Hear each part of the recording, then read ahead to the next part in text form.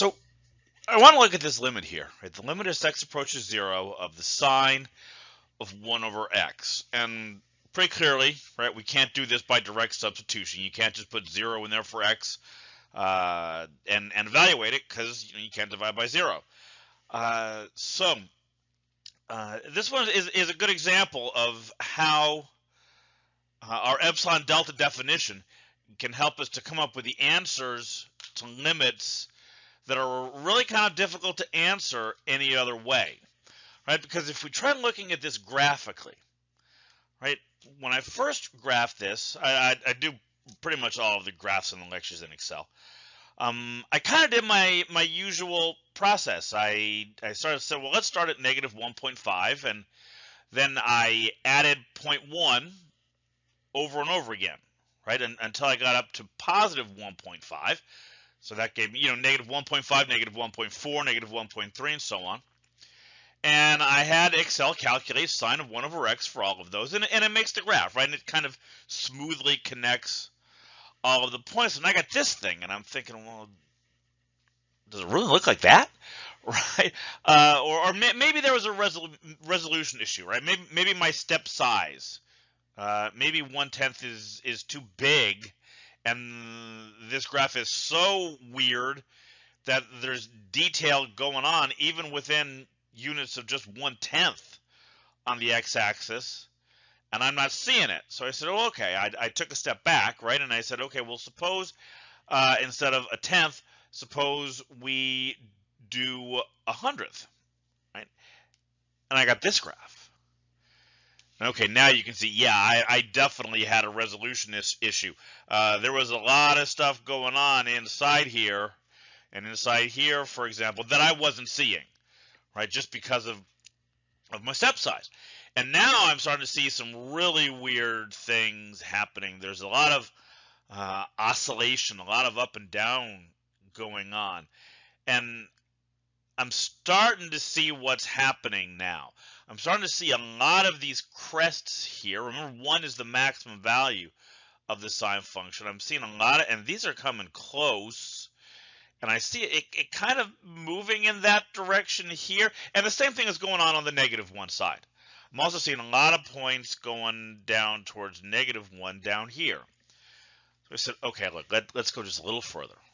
Let's cut that step size in half. Right? Let's go down to 0.005 and see what happens.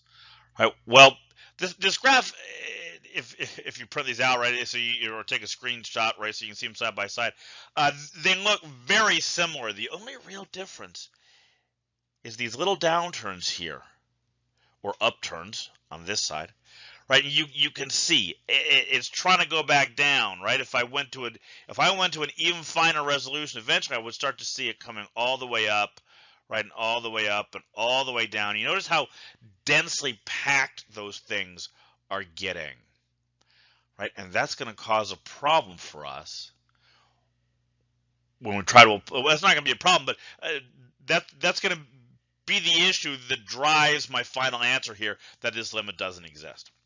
Right, so let's take a look at this. So let's see how we can approach this a little more analytically, right? So let me ask a question here. Where does this function equal 1? 1 is its maximum value, right? Where does this function equal 1? Well, we can solve that. I'm going to do sine of 1 over x equals 1. Okay, the sine is 1 at pi over 2 plus 2k pi. And let's say I'm going to do a common denominator and make that into one fraction on the right-hand side. 1 over x equals pi plus 4k pi over 2. And I'm actually going to factor this here. Let's pull that pi out. This is pi times 1 plus 4k over 2. Now, I don't want 1 over x, right? I want x, so I'm just going to flip both sides over.